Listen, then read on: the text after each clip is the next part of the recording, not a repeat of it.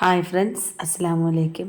എൻ്റെ എല്ലാ കൂട്ടുകാർക്കും റെയിൻബോ പ്ലാനർ എന്ന ചാനലിലേക്ക് സ്വാഗതം. ഇന്നത്തെ വിഷയം ശംഖുപുഷ്പമാണ് കേട്ടോ. എല്ലാവർക്കും അറിയാവുന്ന ഒരു ചെടിയാണ് ശംഖുപുഷ്പം. പക്ഷേ അധികം ആരും പരിഗണിക്കാത്ത ഒരു ചെടി കൂടിയാണ് ശംഖുപുഷ്പം കേട്ടോ. കാരണം ഒത്തിരി ഹെൽത്ത് ബെനിഫിറ്റ്സ് ഉള്ള ഒരു ചെടിയാണ് ഈ ശംഖുപുഷ്പം. അതെന്താണെന്ന് ഞാൻ വഴിയെ പറയാം കേട്ടോ. അപ്പോൾ ഞാൻ ഇതിനു മുമ്പേ ഓൺലൈനിൽ നിന്നും പല നിറത്തിലുള്ള ശംഖുപുഷ്പത്തിൻ്റെ സീഡ്സ് വാങ്ങി അത്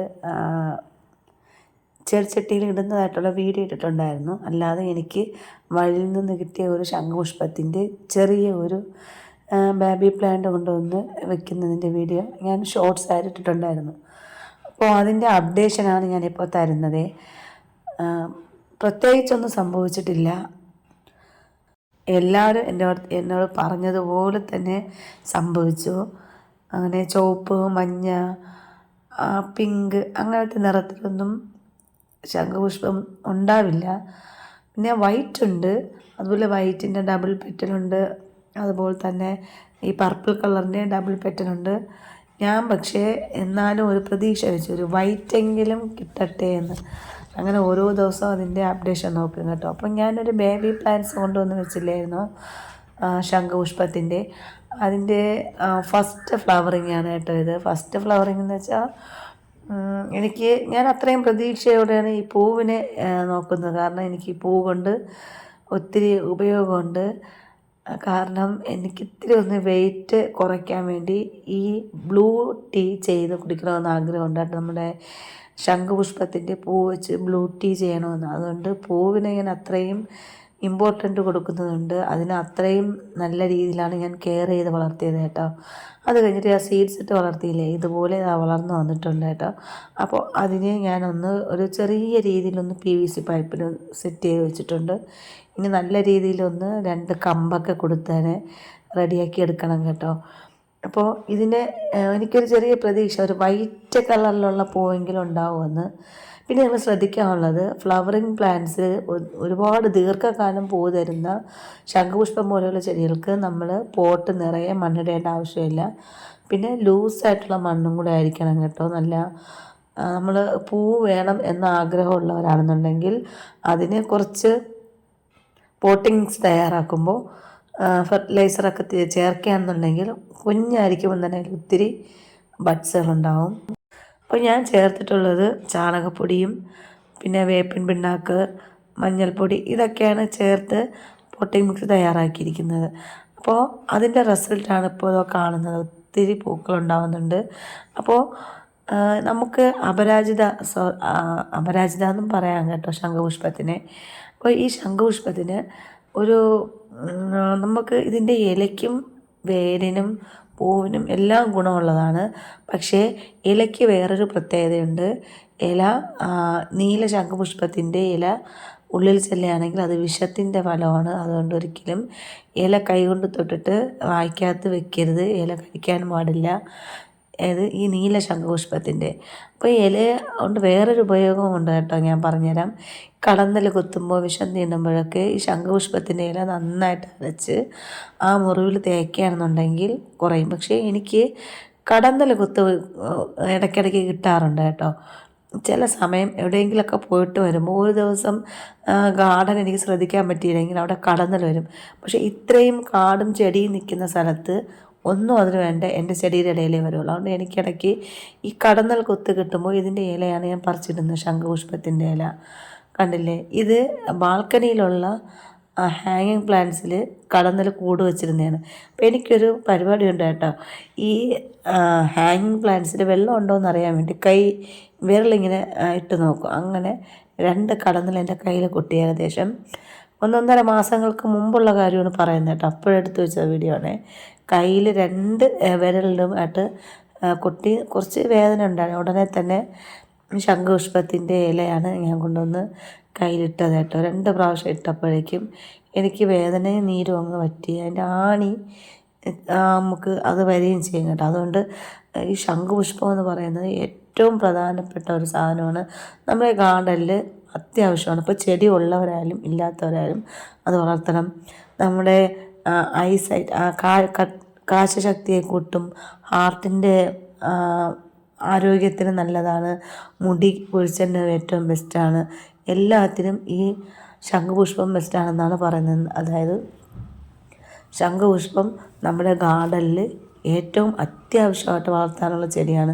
ഇപ്പോൾ നിങ്ങൾക്കൊരു സ്ഥലമില്ല എന്നുണ്ടെങ്കിൽ നിങ്ങളിത് എവിടെയെങ്കിലും ഉൾപ്പെടുത്തണം. കണ്ടില്ലേ, നമ്മുടെ ശംഖുപുഷ്പത്തിൻ്റെ പൂവിൻ്റെ വില അത് ബ്ലൂ ടീ ചെയ്യാൻ വേണ്ടി ഉപയോഗിക്കുന്നതാണ്. 650 മുതൽ 300, 350, 650, 1000, 800 അങ്ങനെ വില ക്വാളിറ്റി അനുസരിച്ച് കൂടിയും കുറഞ്ഞും വരും. അപ്പം നമ്മൾ നിസ്സാരമായിട്ട് കളയുന്ന ഈ പൂവ് കൊണ്ട് ഒരുപാട് ഹെൽത്ത് ബെനിഫിറ്റ് ഉണ്ട്. ഏറ്റവും ബെസ്റ്റ് നമ്മുടെ ഡയബറ്റീസ് ഉള്ള ആൾക്കാർക്ക് ഇതിൻ്റെ പൂവിട്ട് ചൂടുവെള്ളത്തിൽ ഈ പൂവിട്ട് തേനൊന്നും ഒഴിക്കാതെ ചുമ്മാ കുടിക്കുന്നതാണെങ്കിൽ നല്ലതാണ്.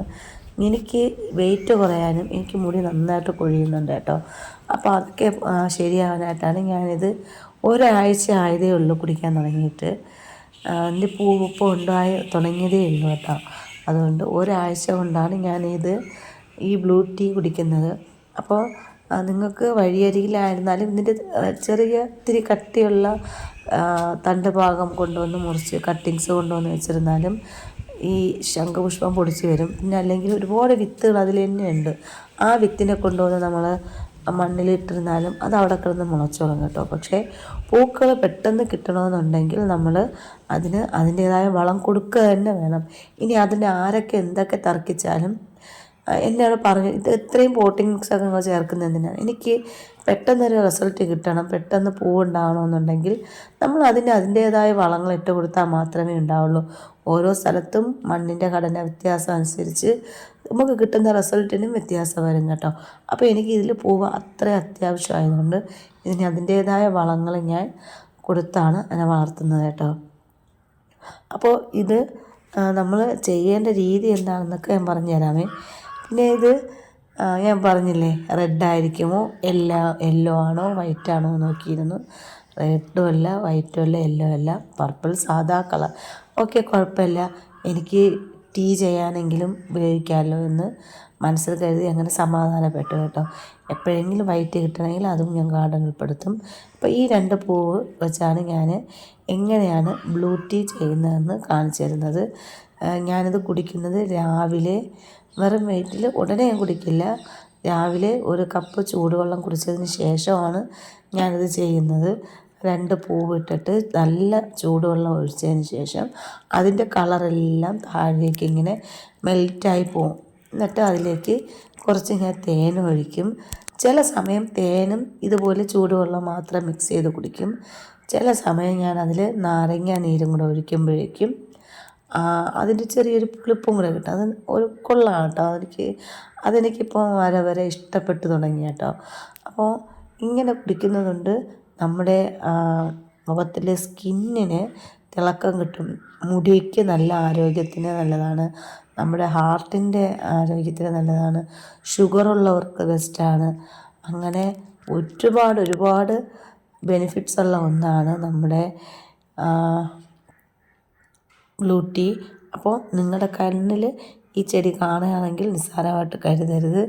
കണ്ടില്ലേ, ഇത്രയും ബെനിഫിറ്റ്സ് ഉള്ള ഒരു ചെടി നമുക്കിനി കിട്ടാനില്ല. നമ്മുടെ പല അസുഖങ്ങൾക്കും പല പ്രശ്നങ്ങൾക്കും പരിഹാരം പ്രകൃതിയിൽ തന്നെ ഉണ്ട്. അതുകൊണ്ട് നമ്മൾ ഗാർഡനിങ്ങും എല്ലാം നമ്മൾ ആരും നിസ്സാരമായിട്ട് കാണരുത്. ഓരോന്നിനും അതിൻ്റേതായ ബെനിഫിറ്റ്സ് ഉണ്ട്. ഓരോ പുൽക്കൊടിക്കും നമുക്ക് ശ്വസിക്കാനുള്ള ഓക്സിജൻ തരാനുള്ള കഴിവുള്ളതാണ്. അതുകൊണ്ട് നമ്മൾ ഒരിക്കലും ചെടികളെ നമ്മൾ സ്നേഹിക്കാതിരിക്കരുത്, ചെടി വളർത്തുന്നവരെ കുറ്റം പറയുകയും ചെയ്യരുത്. ഇതാണ് എനിക്ക് നിങ്ങൾക്ക് ഇതിലൂടെ തരാനുള്ള മെസ്സേജ്. കണ്ടില്ലേ, ഇത് ഞാൻ എന്നും രാവിലെ കുടിക്കുന്ന ഒരു ബ്ലൂ ടീ ആണ്. അപ്പോൾ എല്ലാ കൂട്ടരും ഇതൊന്ന് ഉൾപ്പെടുത്തണം. പിന്നെ അധികമായാൽ അമൃതം വിഷമാണ്. ഒരു ദിവസത്തിൽ ഒരു നേരം മാത്രമേ കുടിക്കാവൂ. അത് നിങ്ങൾ പ്രത്യേകം ശ്രദ്ധിക്കാനുള്ളൊരു കാര്യമാണ്. അപ്പോൾ ഇപ്പം നോക്കിക്കോ, നാരങ്ങ നീരൊഴിക്കുമ്പോഴേക്കും അതിൻ്റെ കളറ് മാറി വരുന്നത്. അപ്പോൾ ഇങ്ങനെ കുടിക്കുമ്പോൾ വേറൊരു ടേസ്റ്റ്, വെറും തേനൊഴിച്ച് കുടിക്കുമ്പോൾ വേറൊരു ടേസ്റ്റ്. കസ്കസ് വേണമെങ്കിൽ ഇടാം, നമുക്കൊരു രുചിക്കും വയറിന് ഒരു തണുപ്പിന് വേണമെങ്കിൽ കസ്കസും ചേർക്കാം കേട്ടോ. അപ്പോൾ എല്ലാ കൂട്ടുകാരും റെയിൻബോ പ്ലാന്റ് എന്ന ചാനൽ ലൈക്ക് ചെയ്യുക, ഷെയർ ചെയ്യുക, സബ്സ്ക്രൈബ് ചെയ്യുക.